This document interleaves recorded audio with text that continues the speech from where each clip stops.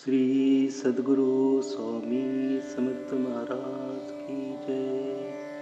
जय जय रघुवीर समर्थ. अध्याय पहिला. मंगलचरण शिष्याच्या हृदयातील गुरुभेटीचे तळमळ. श्री गणेशाय नमः. हे गजानना, तुला नमस्कार असो. तू विश्वाचा प्रतिपालक. जे तुझी भक्ती करतात त्यांच्या कार्यात विघ्ने येत नाहीत. तू 14 विद्या व 64 कलांचा स्वामी आहेस. तुझे महात्म्य खूप थोर आहे. म्हणूनच गुरुवर मुनिजन व भक्तगण कार्यारंभी तुझेच पूजन करतात. हे गौरीसुता, गुरुचरित लिहावे असे माझ्या मनात आहे. तू बुद्धिद्वाता आहेस, म्हणून तुला वंदन करून मी अशी प्रार्थना करतो की हे ग्रंथकार्य तू निज कृपेने पूर्णत्वास ने. मला आशीर्वाद दे, स्फूर्ती दे. आई सरस्वती, मी तुला नमस्कार करतो. श्री नृसिंह सरस्वती हे माझे गुरु.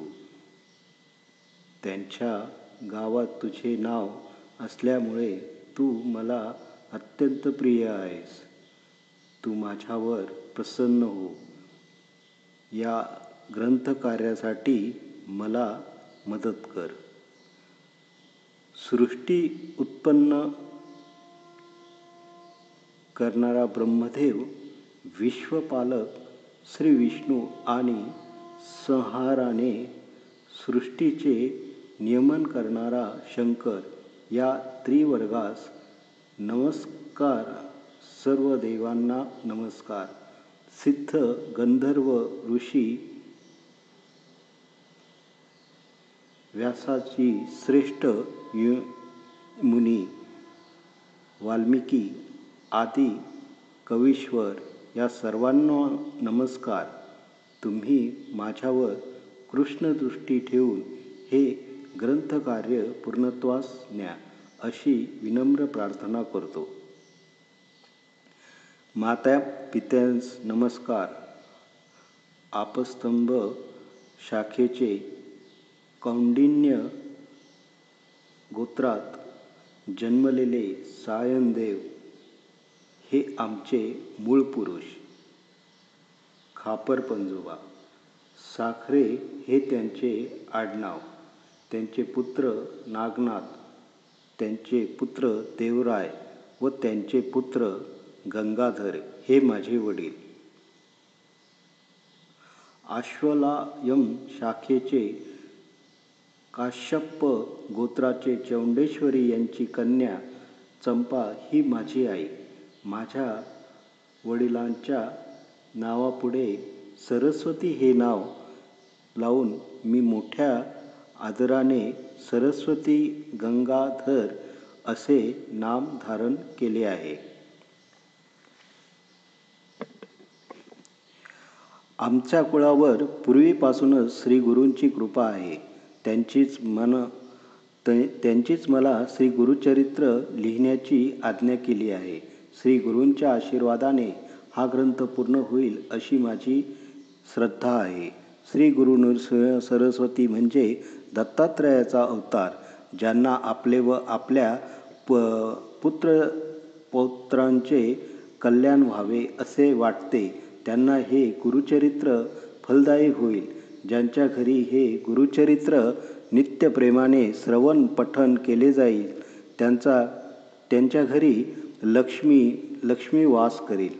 त्यांची मनोरथे पूर्ण होतील. इष्ट कार्यसिद्धी होईल. तेथे सुख समाधान नांदेल. दुःख संकटे चिंता पीडा व व्याधी यांचे निवारण होईल. श्री गुरूंच्या वास्तव्याचे पावन झालेल्या श्री क्षेत्र गाणगापुरास जाऊन श्री गुरूंची आराधना केल्याने इष्ट फलप्राप्ती त्वरित होते. गुरुने दिलेल्या नाममंत्राचा जप करणारा एक साधक नामधारक अन्य ग्रामी राहत असे. एके दिवशी त्याच्या मनात श्री गुरूंच्या दर्शनाची तीव्र इच्छा निर्माण झाली. तो गाणगापूरकडे वाटचाल करू लागला. तो श्री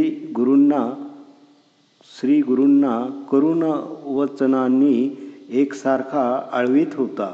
गुरुदेव, मी आपला दास आहे. आपण माझी तळमळ जाणता. ज्यांच्या स्मरणाने समस्त दैन्यांचे निरसन होते, त्या तुम्ही मला आज दर्शन दिले नाही तर तुमच्या महात्म्याला कमीपणा येईल. तुमच्या भेटीसाठी मी अत्यंत व्याकुळ झालो असताना तुम्ही माझ्यावर कृपा केली नाही तर मी कोठे जाऊ. वेद म्हणतात गुरु हेच त्रयमूर्ती आहेत, भक्तांसाठी कृपासिंधू आहेत. कलियुगात ते नृसिंह सरस्वती या नावाने विख्यात होतील. अगम्य लीला दाखवून लोकांचा उद्धार करतील. हे गुरु, त्या वेदवचनांना तुम्ही माझ्या बाबतीत खरे करून दाखवा. तुझ्या ठायी तिन्ही देवांचे गुण एकवटले आहेत. तू परम दयाळू आहेस. म्हणून माझी तुला अशी विनंती आहे की मला भावभक्ती माहीत नाही, माझे चित्तही स्थिर राहत नाही, तरीही मला वेगाने 5 माझ्यांसाठी माता पिता आप्त बंधू स्वकीय सर्व काही तूच आहेस.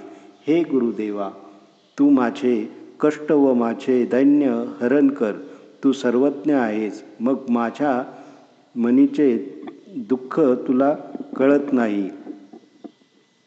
घेतल्याशिवाय द्यायचे नाही अशी तुझी रीत असेल तर मी तुला काय देऊ ते तरी सांग. काहीतरी घेऊन मग देणे हा तर व्यवहार झाला. त्यात तुझे काय औदार्य. हे नरहरी, माझ्यावर कृपा करणे तुला सहज शक्य असताना मला एवढा आटापिटा का करायला लावतोस. मी बालक तुझा सेवक आहे.